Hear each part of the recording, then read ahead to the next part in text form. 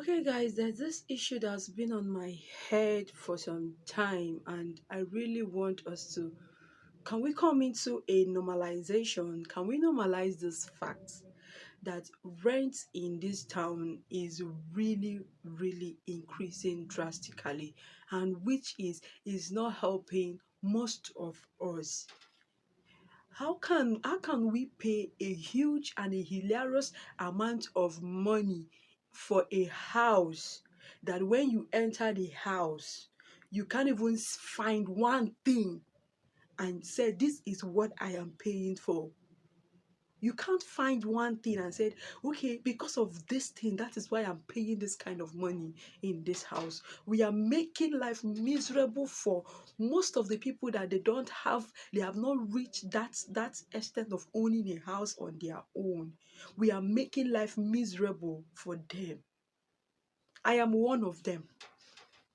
Okay, I went to go and search for a house, and they told me that this house is 550. Fine, it's 550. Okay. I enter the house. Look at the house. There is no POP. I did not complain. I said, no problem. Inside the room, there is nothing like wardrobe inside. No wahala. I entered the kitchen, the toilet. The toilet was a mess. Like the toilet seat, they could not even remove it. Somebody lived there for how many years? I don't even know. And a new tenant wants to come in. That same toilet seat, you want me to start using it? Do I know the people that packed in, whether they are infected or anything? They mess it up. There is nothing. You could not even change the seats, the toilet seats. Going into the kitchen, there is nothing. Oh God, not even a kitchen cabinet inside the kitchen. And you said I should pay this kind of amount of money, and let alone they will not said, okay, apart from the 550 for the rent, you will pay legal fee. No, for what? For what? Legal fee is for what? Am I not a legal citizen of this country? What am I paying legal fee for? Am I a foreigner? No, am I a foreigner? Why will I pay a legal fee of living in my country that I'm being born into? Oh God. And they will say caution fee. Okay, fine. You are collecting caution fee. Oh. Forget that. Not reasoning front and back. Okay, I paid you 10% of or 15% of the money for caution fee, right? For the house, which is anything I spoiled in the house, which is I did not even see anything that was spoiled in the house. That is why you are collecting the caution fee. Okay, what if, okay, let's just make an instance. If there is a POP in the house and I live in the house and I want to move to my own house, I want to move to another place because I found a better place, then I decided to or maybe there is a crack in the POP, or I decide to even fall down the POP before I leave the house. And I'll have the mentality that, okay, I've paid you for caution fee, fix it. All right? I paid you for caution fee. Oh, yeah, fix it now. But if we did not collect caution fee, you made it very plain and open that anything you spoil in this house, if you did not pay caution fee, we are not collecting caution fee. But before you pack that, we have to inspect this house to see that everything is intact. If if there is POP, or if there is kitchen cabinet, or if there is any wardrobe, if it is still intact the way it is, because anything you spoiled, you mishandled, must be replaced and must be fixed before you leave the house. It is very, very understandable. People will learn to protect what they are using. Yes, they will learn to protect it. Because even if, okay, let's just say, okay, there is this stuff that some people moved out of the house without the landlord even knowing. Man, if somebody's owing you for rent, and just know quite sure that the person is on its two side, it's either the person pay or the person moves out. So while you are busy asking for the rent, you should move to the person's house, let the person give you access to inspect the house, to know if everything is intact, because I don't trust you to continue living here. In case you disappear tomorrow, let me check if my things are intact. If my things are not intact, you can move or you can pay and continue living there. It is very understandable. Please, let's have this selfless mindset. Let it not be me. Please, landlords of Abuja, I beg you people should talk to your agents, and let's okay, that is it though. This one is landlord and agents, bah? Or agents problem. Because mainly, I found out that it's even agents that they are the problems we are having mostly. That legal fee they will collect, because I am a legal citizen of this country, you're asking me to pay you legal fee. I don't understand what is that for. No, I don't get it. Okay, now you said I should pay the money, maybe 1 year rents. I should pay you in full, or I will pay for 2 years. Let's bring it down. Let's bring it down, right? Let's talk about me getting a work. Which work in this Nigeria that you will go? You will go, bah? You will go to their work. You apply for a job and they gave you the job and they pay you for a 1 year salary. Where is it being done? I am listening. Where is it being done? That I will get a work and you will pay me for 1 year so that I can be able to sustain myself and then live in my house and come to your work for 1 year, and you want me to pay for rent for 1 year when I have not seen a work that will pay me for 1 year. How do I get that money with the way things are in this country? People hardly feed. How do we raise that money? One bedroom flat in my area now is 1 point. 1 point.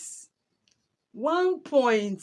Hey God. We are talking this 1 point. Like it's 1 million naira and you will still add extra. Some 1.5, some 1.2. You see lesser 800. Good.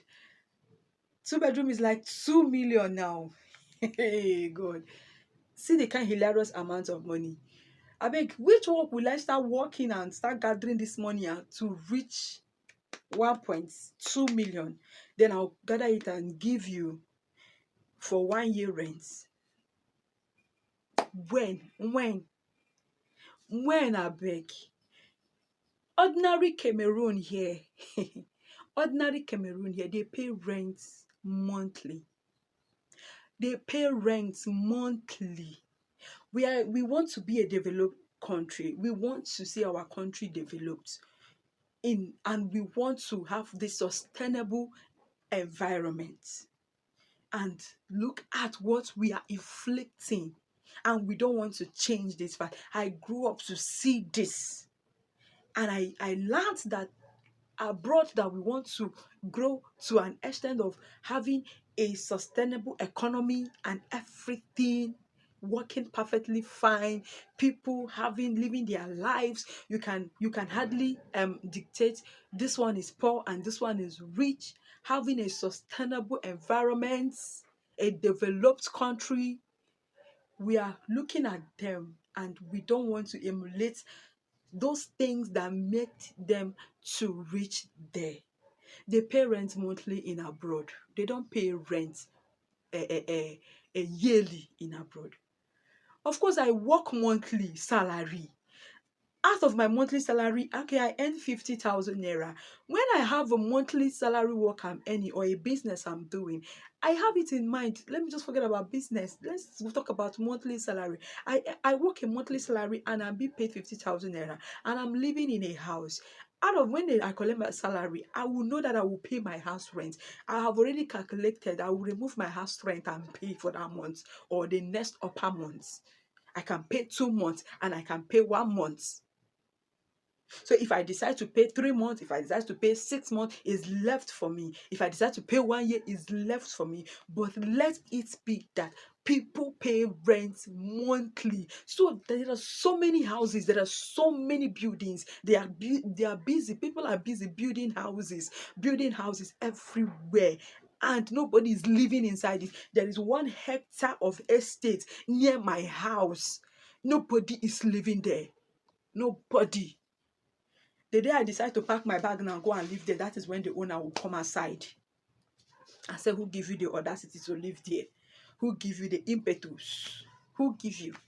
But nobody is staying there. Nobody. The estate is just there. is meant, let's say now, is meant for thieves. Thieves can just run into your compound and run and enter there and disappeared.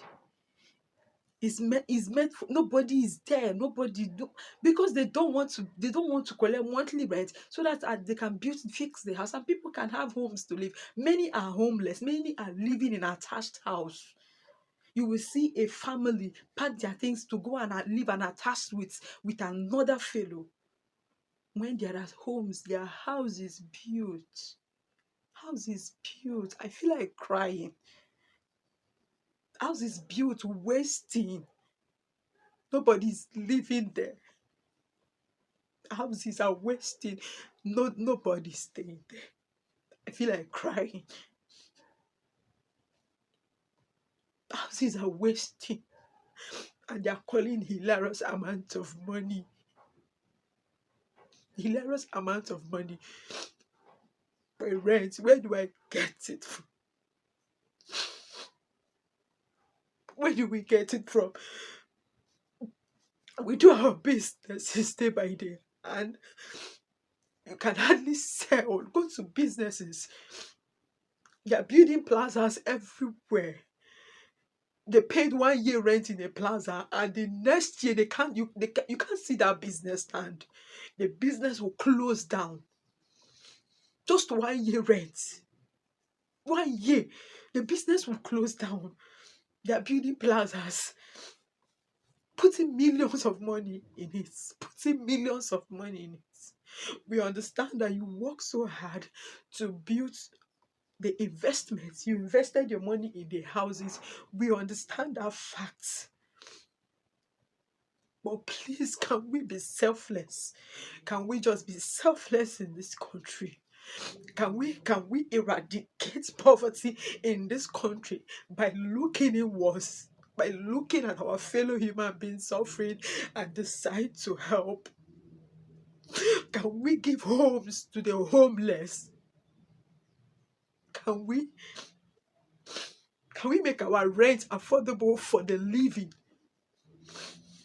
Can we make it affordable for the living?